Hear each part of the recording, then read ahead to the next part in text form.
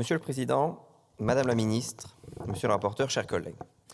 Avec près de 800 000 hectares de vignes, la France n'est pas seulement un grand pays viticole, mais le plus grand pays viticole du monde, représentant à elle seule un dixième du vignoble mondial. Richesse économique, richesse commerciale, richesse touristique, richesse paysagère, richesse culturelle et identitaire, la France, nous le savons, ne saurait s'imaginer sans la richesse de son vignoble.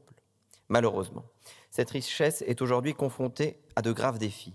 Guerre commerciale dans un monde toujours plus concurrentiel, baisse globale de la consommation de vin, aléas climatiques qui deviennent la norme, ordres et contre-ordres politiques qui privent nos producteurs de visibilité et de lisibilité, ou encore ingérence d'idéologies décroissantes ou hygiénistes, et enfin menaces sanitaires.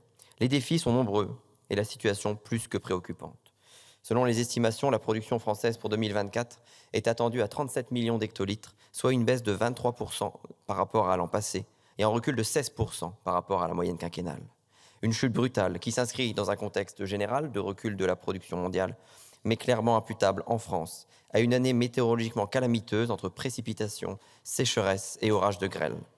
Notre vignoble est donc une richesse en danger qu'il nous faut défendre, protéger et préserver face aux défis, tous ces défis, notamment les défis sanitaires qu'il doit affronter. En ce sens, nous saluons et nous voterons la proposition de loi de notre collègue du Mouvement démocrate qui s'attaque au sujet épineux du développement des vignes non cultivées qui représentent autant de failles sanitaires dans nos vignobles. Le dispositif existant était de fait inopérant de par son excessive sévérité et en proposant une amende de 5e catégorie, la proposition de loi ouvrira la voie à une action plus efficace et plus pédagogique. Une action également moins stigmatisante pour des propriétaires non exploitants en déficit de viticulteurs ou pour des viticulteurs confrontés à des situations de fragilité, catégorie qui explique les principaux cas de friches viticoles en France. Les différents amendements adoptés en commission sont d'ailleurs venus renforcer davantage encore la volonté du législateur de n'opérer aucune entreprise de stigmatisation et nous nous en félicitons. Notre seul objectif, partagé ici sur tous les bancs, est de permettre à nos vignobles de se défendre face aux menaces sanitaires qui, additionnées aux menaces économiques, commerciales, sociales ou climatiques, constituent un danger parfois mortel. Mais cette proposition de loi, si elle constitue une avancée attendue par la profession, ne saurait suffire, et nous le savons. Pour faire face aux menaces sanitaires du vignoble, comme pour faire d'ailleurs face à bien d'autres défis dans ce pays, il est urgent de nous libérer de l'idéologie et de la bureaucratie qui complexifient tout et ralentissent tout. Il est urgent notamment de quitter la voie des interdictions et de l'excès des contraintes pour retrouver celle de l'innovation. Car face aux maladies de la vigne, la meilleure réponse sera toujours la recherche. Libérons donc l'initiative des chercheurs pour qu'ils trouvent dès demain les solutions aux menaces sanitaires d'aujourd'hui.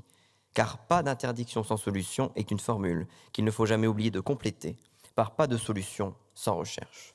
Pour cela, libérons-nous des pesanteurs et des lenteurs qui paralysent tout. En l'espace de 20 ans, à cause des délais et des procédures administratives, le coût de la recherche a ainsi doublé, réduisant l'agilité de notre R&D. Cumulée aux nombreuses interdictions sans solution, la palette des solutions disponibles n'a donc cessé de se réduire. Je porte avec d'autant plus de conviction cette exigence de recherche et de développement que j'ai l'honneur d'être l'élu d'un territoire viticole, la Champagne, où ce combat a toujours été mené avec la passion de ceux qui veulent trouver des solutions. Ainsi, sur le domaine expérimental du comité interprofessionnel du vin de Champagne, près d'Épernay, près d'1 hectare est aujourd'hui dédié au test de la confusion vibratoire pour lutter contre la prolifération des cicadelles, vectrices de la flavescence dorée, ce fléau sur lequel j'avais eu l'occasion de vous interpeller, Madame la Ministre, et face auquel nous avons besoin d'une action déterminée. Chers collègues, pour le vignoble français, l'heure est grave et appelle des solutions fortes. Cette proposition de loi est une avancée utile et importante, et nous allons voter cette proposition de loi. Mais il nous faudra plus. Il faudra plus, beaucoup plus, radicalement plus, si nous voulons continuer à pouvoir dire dans 10 ans que nous sommes toujours le plus grand pays viticole du monde, et la France ne serait pas la France si elle ne l'était pas. Je vous remercie.